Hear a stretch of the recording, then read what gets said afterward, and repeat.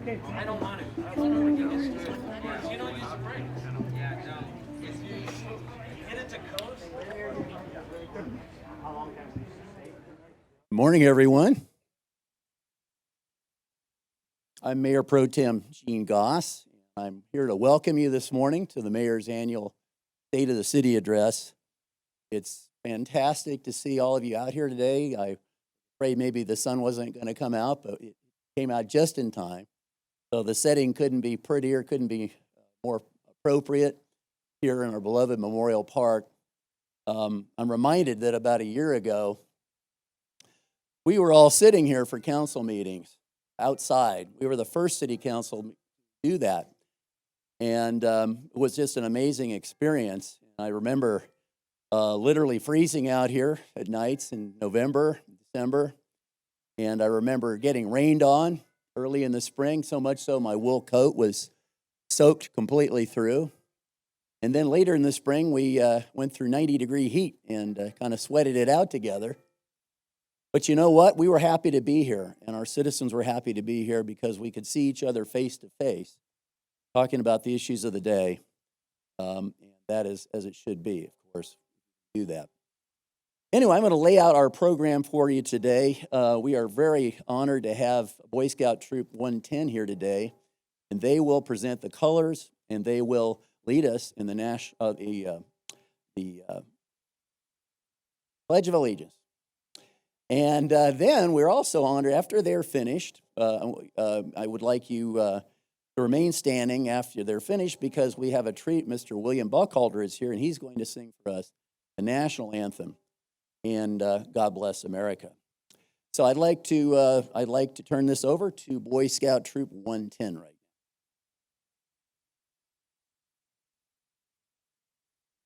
now. Color guard, attention. Color guard, forward march.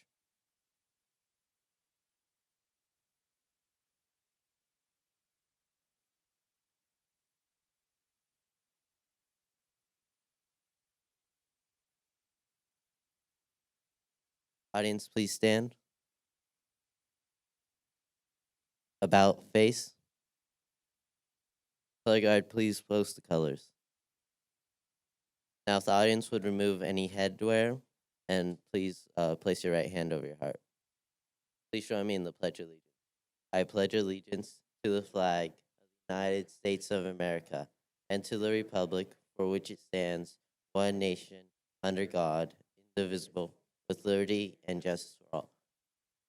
Color guard, regroup.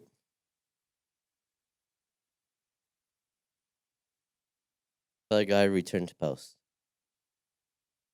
Oh, say, can you see by the dawn's early light what so proudly we held at the twilight's last gleam, whose broad stripes and bright stars through the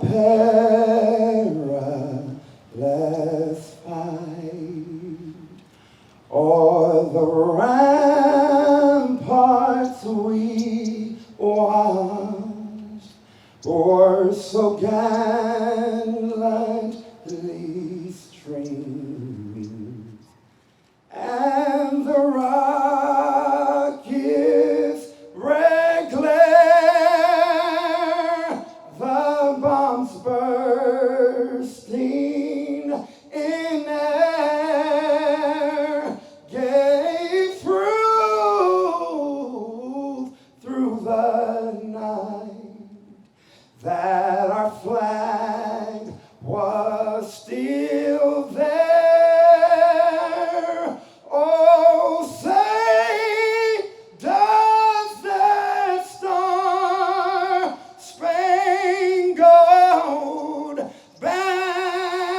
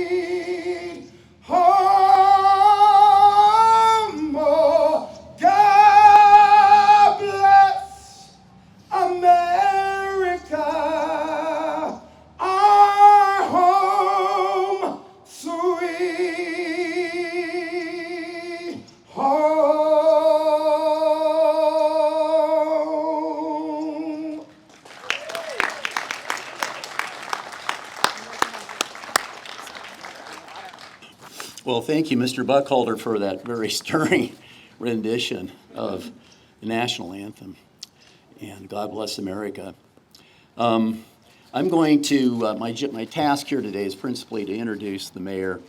And then at the end of her talk, I'll be coming in for just a minute or two to talk about some of the things you can look forward to from in the city government in the next year, and then she'll close us out. I'm looking around to see if there are any council members or past council members here. I'm looking, I want to make sure I don't forget anybody. I'm not seeing anybody today. Okay. I wanted to acknowledge anybody if they were here. I know most of you know our mayor. If you don't, you probably know of her. I think she deserves a complete and total introduction because of the amazing work she's been doing for our city for the last 7 years. In 2014, Rochelle Arizmendi was the first woman of color elected to the city of Sierra Madre City Council. In April 2017, she was first elected by her council colleagues to serve as mayor, and then again in December 2020, and since then, she's been serving as our mayor again. When she's not at City Hall, Mayor Arizmendi is the Vice President and Chief Operating Officer of PACE, which is the Pacific Asian Consortium in Employment. PACE is a nonprofit community development organization focused on underrepresented and Asian Pacific Islander communities. PACE provides services in the areas of job training and employment, business development, early education, asset building, and energy and environmental services. She serves in leadership positions on several boards, including the board president of the Asian Pacific Policy and Planning Council, board chair of the Foothill Workforce Development Policy Board, board co-chair of the National Coalition of Asian Pacific American Community Development, a board member on the Community Development Financial Institution Coalition, a member of Child 360, second vice president of the California League of Cities Women's Caucus, and she was appointed by the California governor to California State Board of Food and Agriculture. She is a busy woman. Born in Carmel, California, she has 2 undergraduate degrees from San Diego State University and a graduate degree from Eastern Illinois University. Rochelle, her husband Philly, and dog Madison have resided in Sierra Madre for over 15 years. Over the last 7 years, she and I have worked together with the City Council to tackle the budget, employment turnover, the recruitment of 2 city managers, city infrastructure, and a multitude of issues that could have potentially divided our community. But they didn't. This community has proven time and time again that we are stronger together. During those past 7 years, it has been an honor to serve with our mayor. She has been a dedicated public servant, a consummate professional, and a true force for progress in this community. Rochelle always carries herself with class and always has a can-do spirit and a positive attitude about literally everything. Fellow Sierra Madreans, I'm pleased to introduce my friend, our mayor, Rochelle Arizmendi.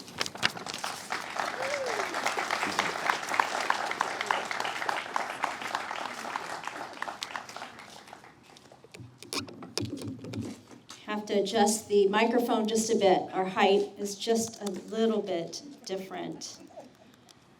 But thank you, Mayor Pro Tem Goss, for that very lovely introduction. It really has been a pleasure to serve with Mayor Pro Tem Goss over these last 7 years.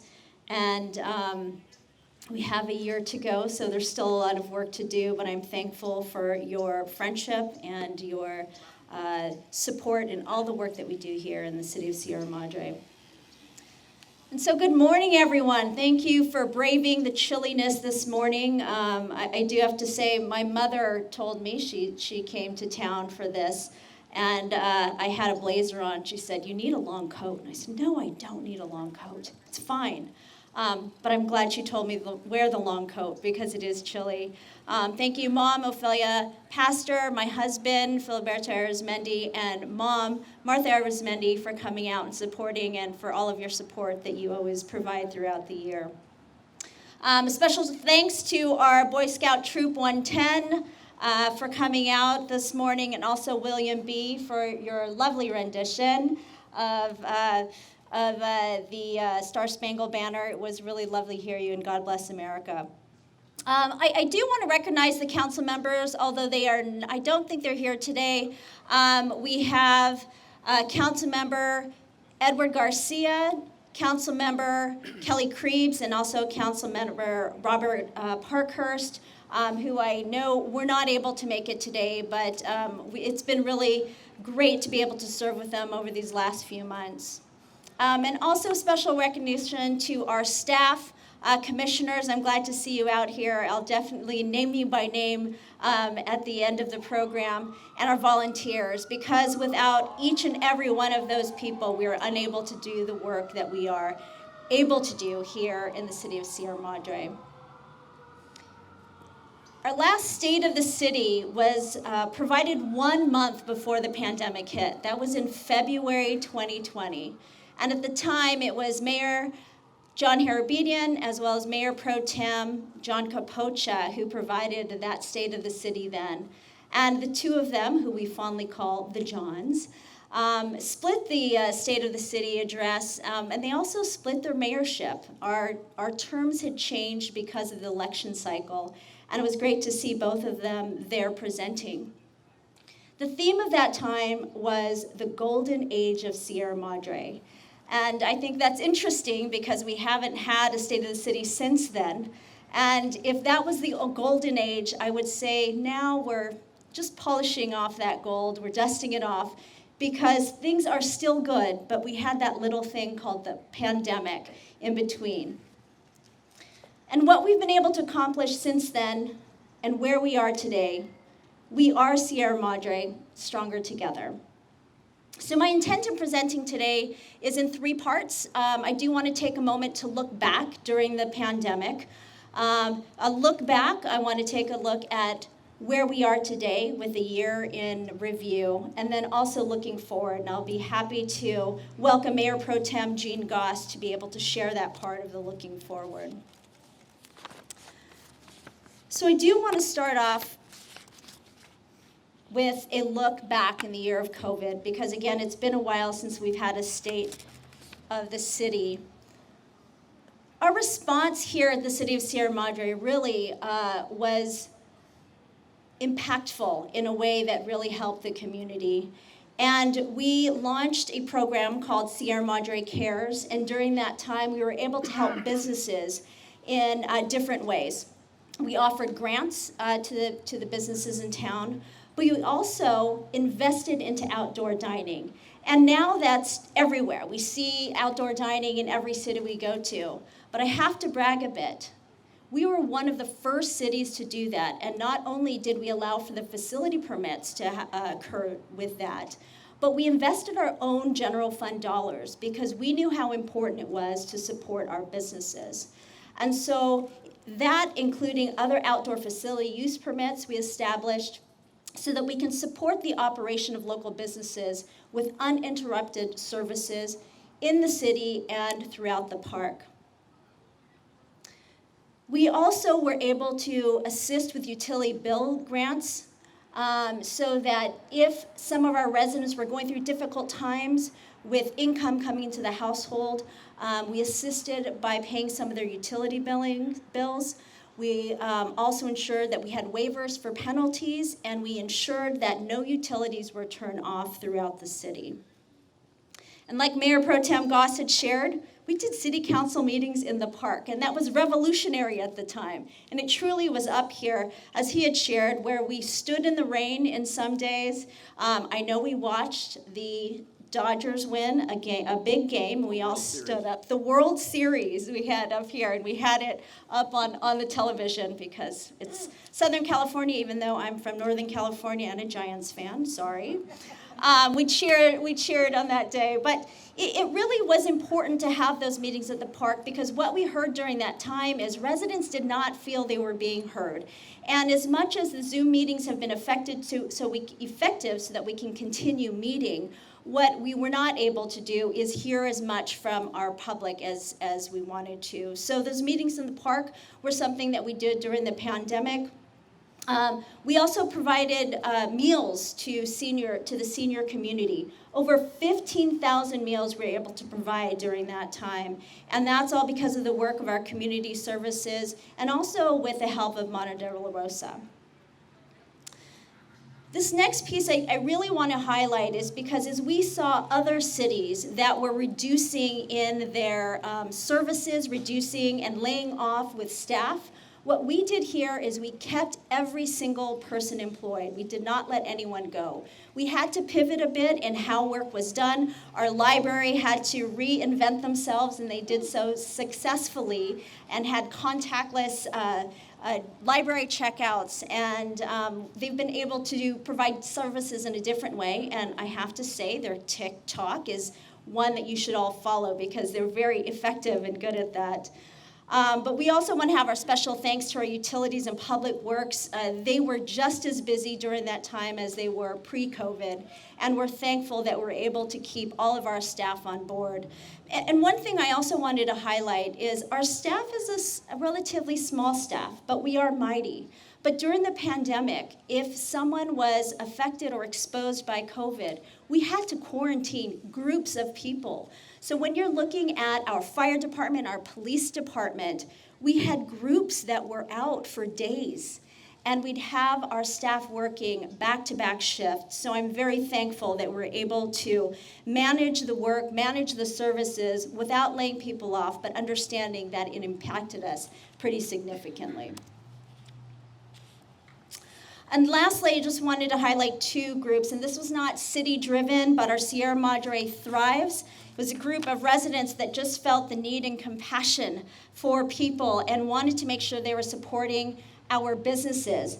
And what they did is they identified one restaurant every week, and we asked the community, come by, a drive-by, and pick up dinner and donate to these restaurants. And a special thanks to the Comers, the Dennisons, the Turnquists, Mike Kafala, Lauren Hines, and two of our beloved staff that have moved on since then, Clarissa Lowe and Officer Lou Arones. And they were nice enough to adopt me, whether it's sympathy or they just liked me. Every Wednesday, this group was out there supporting these businesses, having residents drive by, and we were bringing out food for them. And I know Chief Armelin's back there. He would come out with a big bucket and make sure that tips were getting donated directly to the businesses. So special thanks to Sierra Madre Thrives. I also want to give a shout out to Sierra Madre Gives Back. Megan Maluli, she just out of her heart decided, I think we need to find a way to get some donations and contributions to help those in need. And we identified a few of the families in the city that really needed help during that time. So again, thank you for our COVID response from all of our staff and also to the residents and the volunteers. Now the fun stuff. It is fun, I think. We put financial stability up there because truly we do find ourselves in a stable place as a city. Despite a year of the pandemic and COVID, we adopted a citywide budget of $25 million. And of that, we have our general fund that makes up $10.9 million. So these are different funds that come into the city, but again, our general fund makes up $10.9 million. And again, despite the pandemic, we found ourselves with a budget surplus of $2.5 million for a small city of Sierra Madre. That really is significant. Yes, thank you. And the way we're able to do that is an atypical, unconventional way. We do something called zero-based budgeting. And I want to give special thanks to our former city manager, Gabe England, who we were very, very fortunate and blessed to have for 4.5 years. And then he left us and went up north. But what he was able to leave behind really is a foundation of a way that we're able to operate in a way that is efficient and effective and still continues to provide services to our families. And I'm going to pause really quickly because I see a special friend out here. County Supervisor from Santa Clara, Otto Lee, you want to give a quick wave? we were at a retreat this weekend, and he just happened to be staying in the city of Sierra Madre for a few days, and I said, come on down to the state of city. So it's great to see you here, Supervisor. But going back to our zero-based budgeting, so the difference in how this budgeting works is, as opposed to giving a department $5 million and saying, water department, you have $5 million, and you tell us how it should be spent. That's a typical way of doing it. What zero-based budgeting does is we say, you have $0, water department, you tell us how and what you need to spend, and you need to be able to itemize it, rationalize it, and justify each of those dollars. And when you're starting from the bottom and working up that way, we found a way to, again, not only to be able to provide services at the same level, but be able to find a surplus in our budget. We are going to continue doing that zero-based budgeting because we found how effective that is. And because of our budgeting, we have found ourselves 4 consecutive years in a row to receive financial reporting awards. And Director Hillary Guerrilla-Leone, I know you're out there somewhere. She also just finished first place in the Mount Wilson Trail Race in her age class. So 2 reasons. But last year, we were given a budget award from the Government Finance Officers Association, GFOA. And what that shows us, it indicates that our budget documentation is prepared in line with best practices and the highest quality. So at a time when there's question about the transparency of finances of cities, we are very proud of the fact that we are very transparent in a way that we're recognized with awards, and it's because of our staff and the work that they do. So thank you again. This next part, CalPERS stabilization. CalPERS, you're hearing about it all the time. Really not exciting talk, but it's important talk, and it's important things to share. The council is consistently taking steps to address the rising pension costs by approving additional payments to CalPERS. And I do want to take a moment to talk about this. Unfunded accrued liability, pretty graph, and I am not going forward here. Let's show that there. Unfunded accrued liability is exactly what it is. It's something we owe, and we don't have it funded. So if you see there in fiscal year 2016, 2017, we owed $13.2 million. And if you think about our entire budget for the city, we're at $25 million, and that's how much we owed back in 2016, 2017. But because of the actions we have taken to address these rising pension costs, we did something that not all cities are able to do or have thought about doing. And at the time when it was presented to us, right, Mayor Pro Tem, this was very unusual. We want to make a prepayment. We want to pay more than we owe. And what that has given us the ability to do, or has put us in a position for, is to have a lower unfunded accrued liability amount. So if you see there in the graph, 2021, 2020, 2021 on the far right-hand side, we now owe $8.3 million in our liability compared to $13.2 million. And what that shows also is that back in 16-17, it was 69% of our plan was funded. 69% sounds okay. But now we are at 85% in 2020, 2021, and we're expecting that number to be even higher because there are some factors and some costs that have not been calculated in. And why is that a big deal? Because when we're looking at our surrounding cities, and cities across the state, they're getting hit with these pension costs.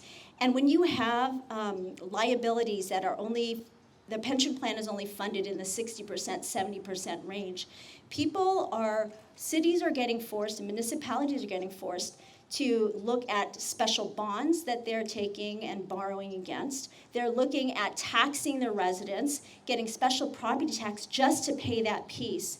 But because we are prepaying on the front end, our accrued liability that's unfunded has decreased significantly. I'm just going to take one more moment to show another graph. because again, I think this is extremely important. When cities are,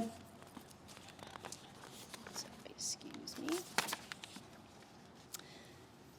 When you're hearing about the future threats of local government, this is the conversation that dominates it all. Again, is CalPERS, unfunded liability. But this is why I wanted to point this out also, is that this graph shows the annual required contribution. And so that means this is the amount we have to pay every year. And in the blue line, it's showing that in 2017, 2018, in 1 year, we are to pay a little bit over $800,000. And again, think about our budget, $25 million. We had to pay $800,000 in that year alone.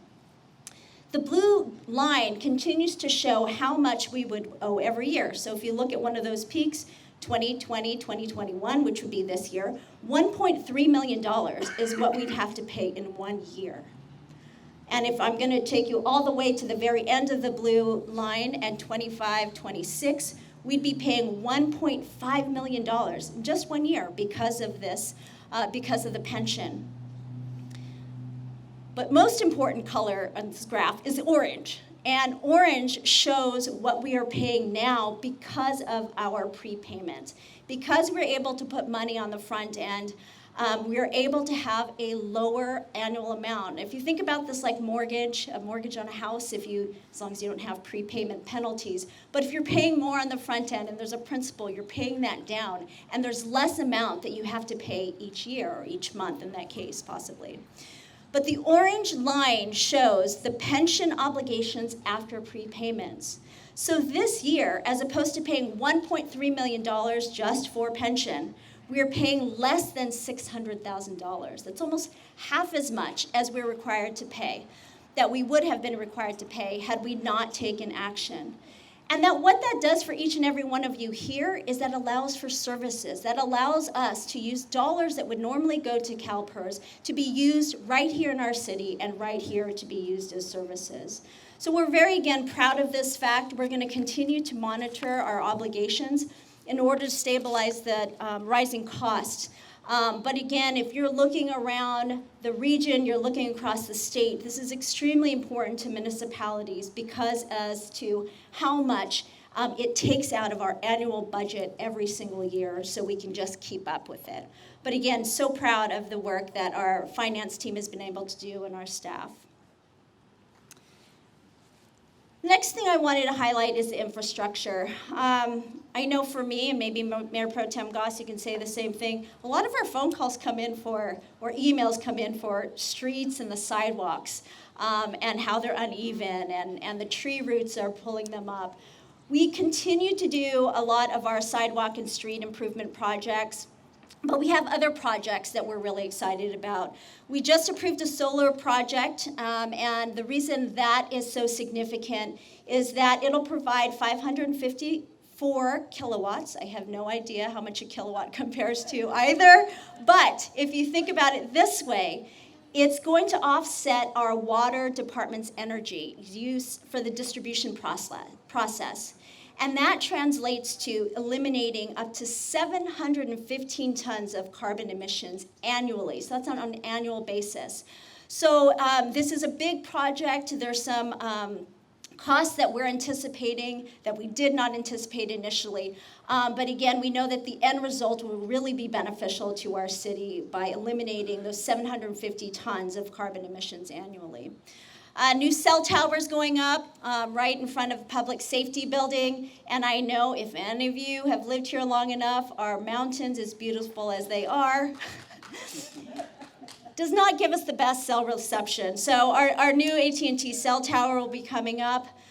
I also wanted to recognize on this next bullet point, our planning department.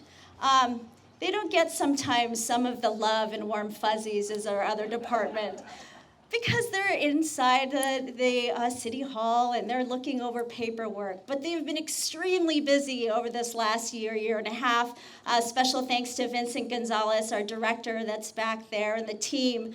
But right now, they're addressing issues like our housing element plan that's coming up in our next Tuesday meeting. It's been extended, and what that does is takes a look at our regional housing needs allocation, the very, very scary bad word that's used, RENA, all across the state, but it's something we have to do.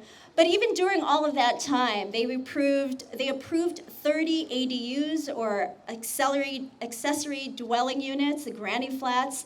And this is exciting because we know there's a housing need, and the state has made some changes as to how we can approve them. But we've been able to approve 30 of those, and we're anticipating 15 or so, 12 to 15 every single year. We also have made huge investments into our water mains and our water infrastructure.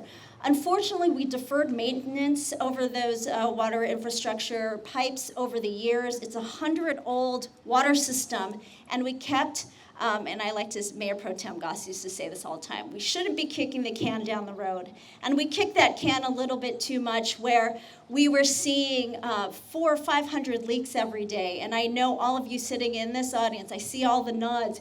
We had so much construction going on, and we had leaks that needed to be fixed. But be assured, we have invested over $1 million every single year in our infrastructure. We've reduced our water loss from 30% down to 12%. And we have replaced up to 23,000 linear feet in water mains. And we'll continue to do that work. At the last city council meeting, we know up in the canyon, it's been pretty significant when you're looking at the leaks and the attention there. But we are committed to it, we are investing into it, and we are allocating every year more dollars to fixing the water main. Thank you, Tevin, for telling me that. But now everyone can listen to me as opposed to just looking at the slide, right? A few other things I wanted to highlight is our street projects. Over $1 million went into our street projects over the last year. Hart Park House, our lovely, beloved Hart Park House, finally had a roof repair. That's where we do a lot of our senior activities. Kirsten Court refresh. If any of you have been to our downtown, our Kirsten Court, we're really excited that we've been able to give it a little zhuzh and a little refresh. Special thanks to Supervisor Barger for funding part of that project, and we hope to do a bigger kickoff later in the year. Our Mount Wilson Trailgate, if any of you have seen that, and I'm going to share a little story. Yes, yay woo! Our Fletcher Fund, our Mount Wilson Trail Race volunteers. The gate looks great. The big question people had was, why is there a period at the end of Mount Wilson Trail? And what we've all learned, I hope, since then, is that we are staying true to how it was first done in the early 1900s. So if ever you make your way up there and you see the period after Mount Wilson Trail, we know it's because it was staying true to how it was first shown in the early 1900s. And then lastly, just wanted to highlight our library building upgrades. Thank you to our Library Commission, our Board of Trustees. There's still a lot of work to go on there, and we're excited about it, and we'll continue to make sure that it's a safe place for us to have our library.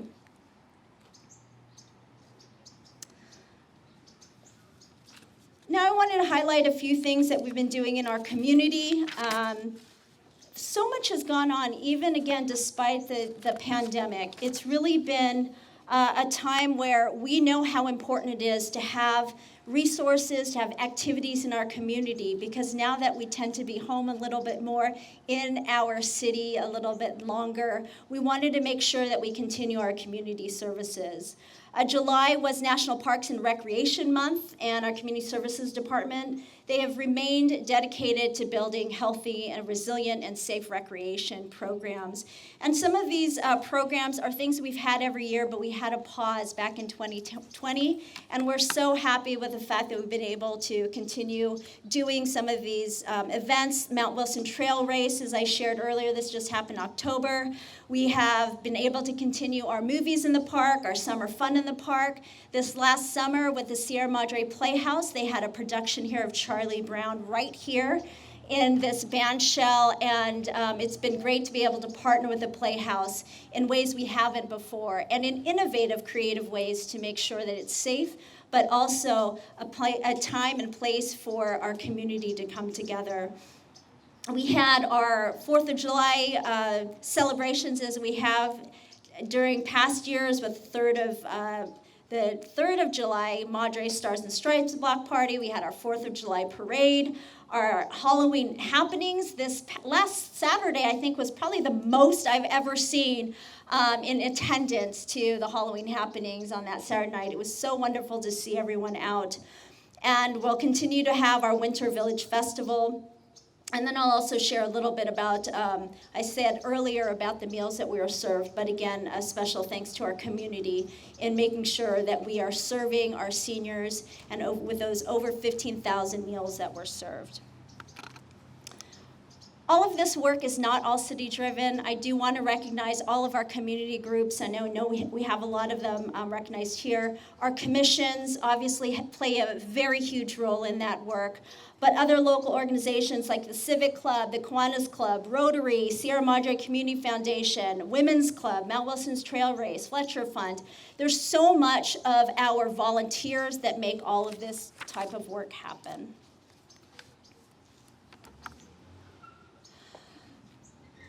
And I would be remiss if I don't spend some time with our public safety, but our Sierra Madre Police Department and Fire Department, they've been extremely busy in this last year. We're very happy and proud of the fact that our crime is down 11% in our city. There's a lot of community-oriented policing that we are not necessarily transitioning to, but underscoring and lifting up, because area residents, they have the familiarity with their own neighborhoods, and it's very issue-specific. Internet crimes, unfortunately, against children is a task force that we've needed to ensure that we're supporting.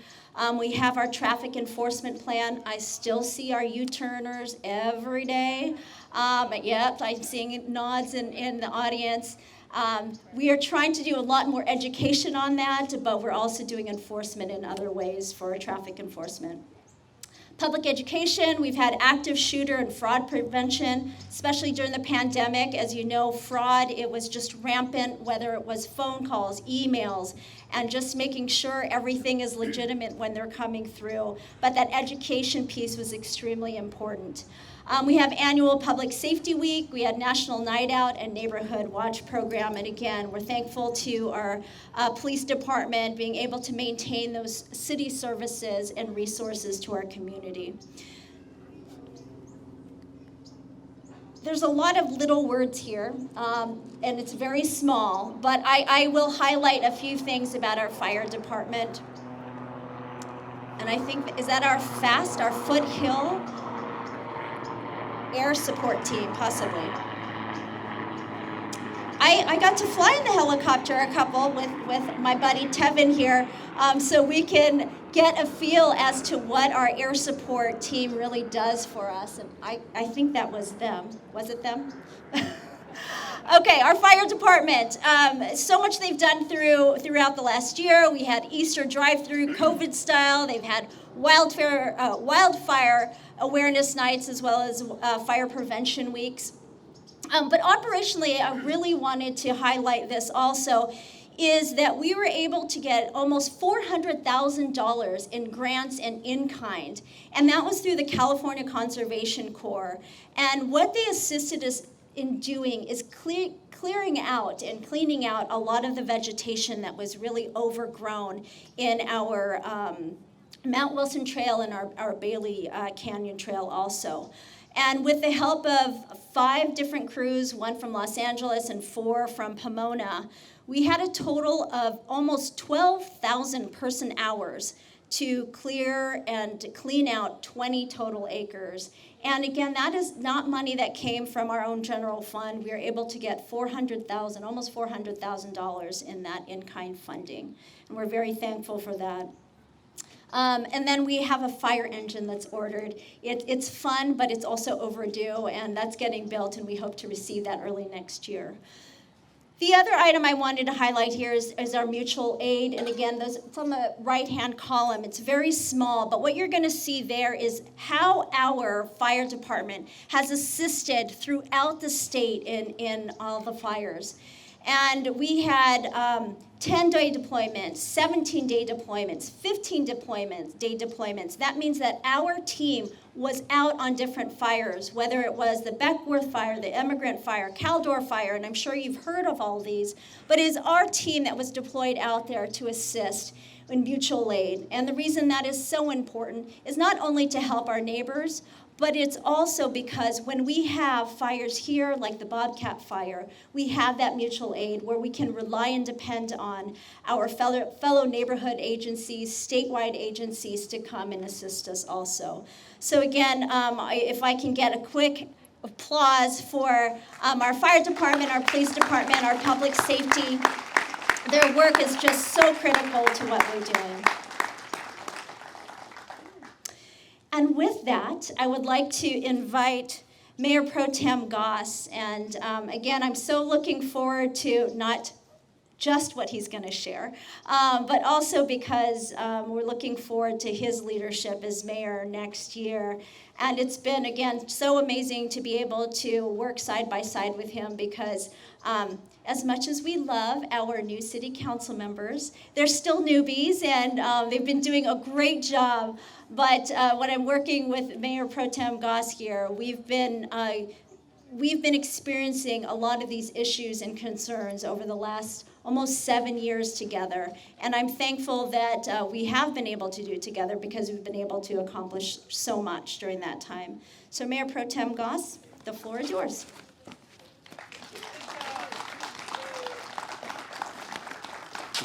You want to close out or do you want me to close it? I'll do a conclusion. Yeah. So I've been tasked with a very small part of the program, and really it's just about talking about some of the things that we can look forward to coming up in the next year or so, coming before the city, and then I'll let the mayor close us out. Recruitment of personnel is probably the biggest challenge we're facing now and in the future. And obviously, we've been in recruitment for a new city manager, and I'll have you an update for you on that in just a minute. We're also working on recruitment for our new city librarian.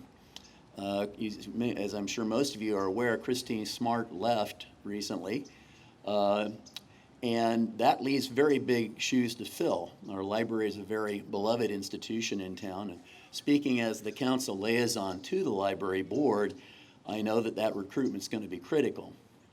We're also looking at other positions to fill. In the fire department, we're looking for a fire engineer and a firefighter paramedic. We're looking for a civil engineer, and we'll be looking for a new community safety officer in the police department. Development is always an important issue in Sierra Madre. In the coming year, the process continues for reviewing ongoing proposed development projects. And additionally, we are looking forward to working with Athens on plans for waste bins that can retain organics, which is part of a new law that will be enacted in January, while at the same time being mindful of our local wildlife here in town. So that'll be a challenge we'll be working on together with the community and with Athens. We also, as the mayor mentioned, we also look forward to further collaboration and cultivation of continuing relationships with some of our community partners, particularly the Chamber of Commerce and the Sierra Madre Playhouse.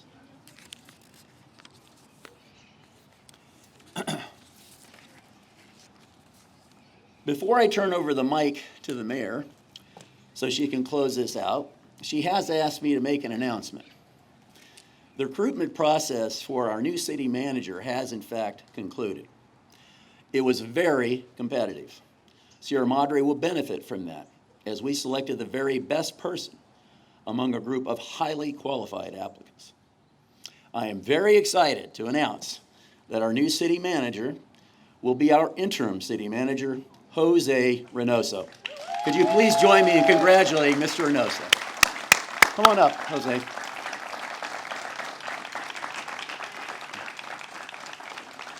want to say a couple words?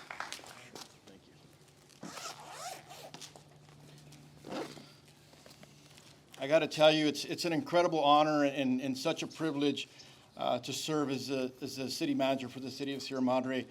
I've been with the city of Sierra Madre for 11 years, and this community has truly embraced me, and we've accomplished so much together in water and utilities. I remain committed to working with and empowering our staff to continue our city council's vision and our community's vision. And I look forward to continue to make those investments in this community. I love Sierra Madre, the traditions that make this place special, a special place to live and work and visit. And I look forward to working again with the council in this community to keep our vision going, our mission going. Thank you.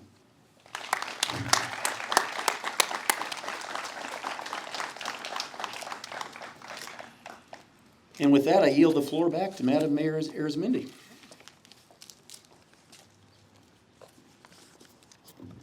Thank you, Mayor Pro Tem.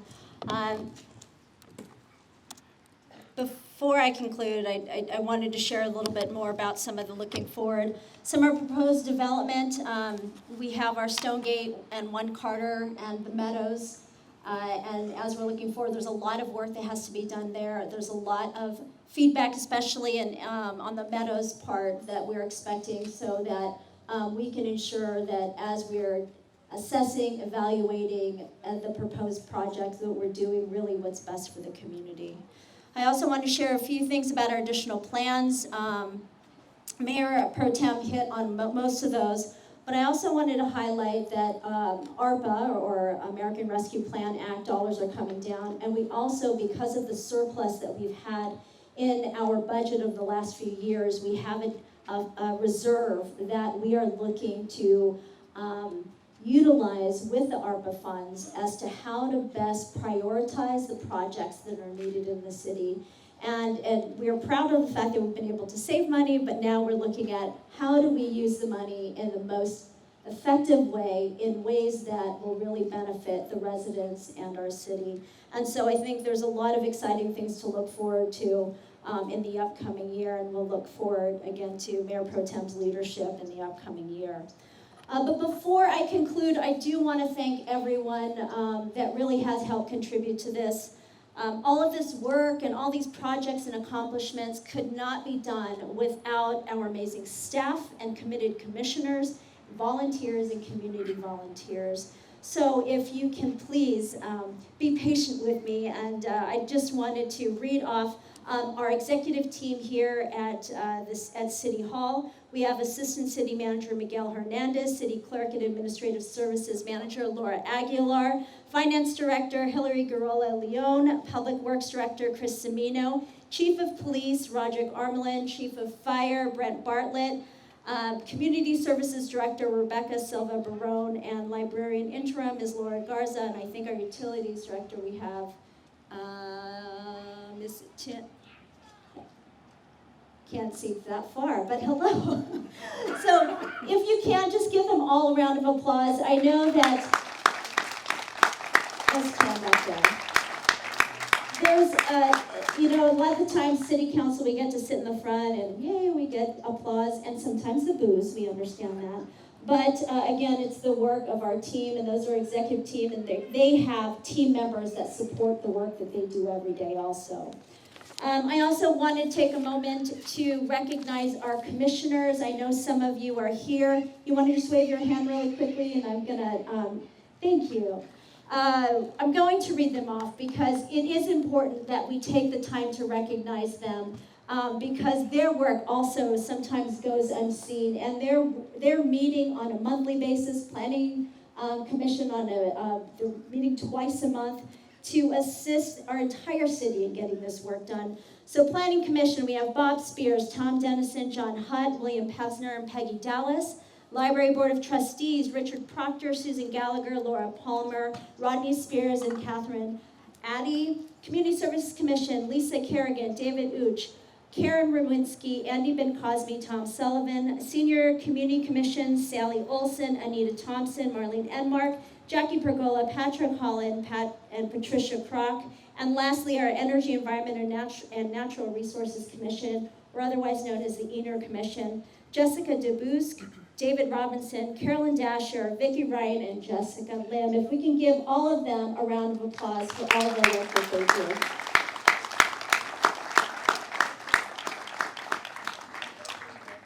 And again, thank you so much for coming out today. I am very proud of the work that we have all been able to accomplish over this last year.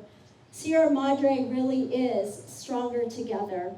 And I am optimistic about our future, and I know the future is bright.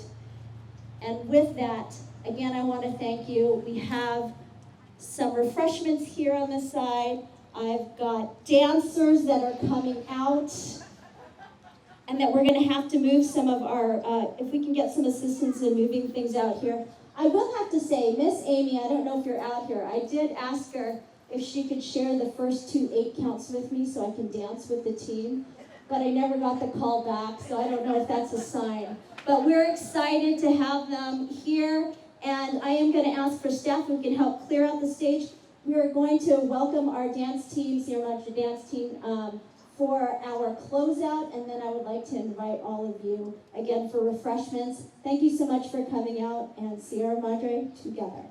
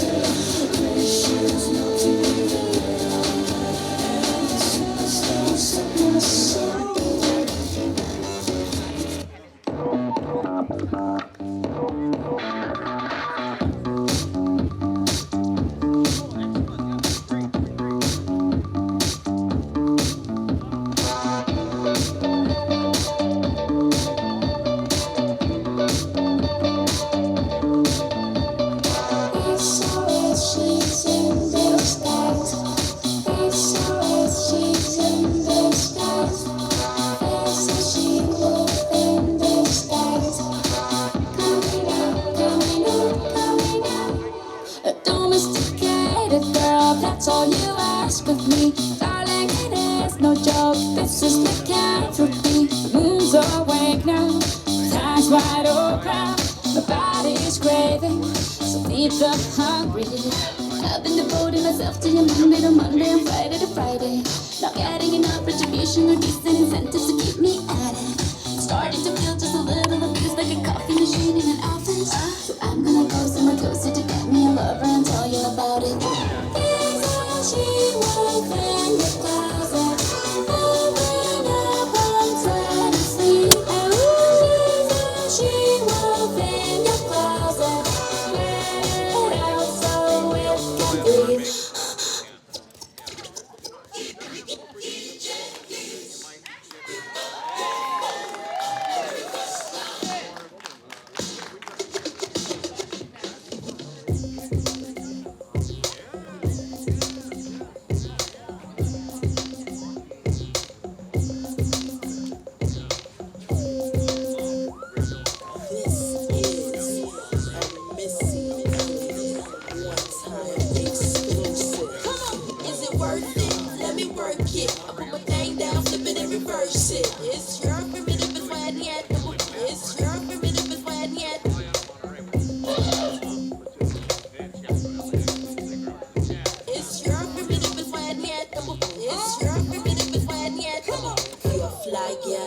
nails done, get a pedicure, get your hair did. Boys, all type of boys. Black, white, Puerto Rican, Chinese boys. Wine, thang, todo, thang. Rum, thang. Girls, get that cash. If it's 9 to 5 or shaking your ain't no shame, ladies, do your thing. Just make sure you ahead of the game. Bang down, flip it and reverse it. It's your primitive and when yet. It's your primitive and when yet.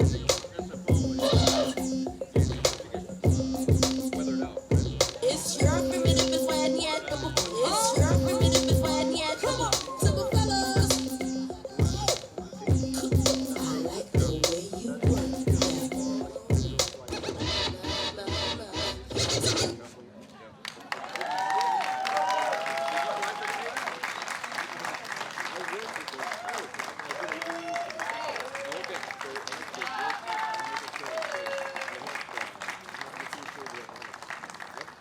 Thank you again to our Sierra Madre Dance Company. Awesome job again. I'm a little hurt. I didn't get to dance with you.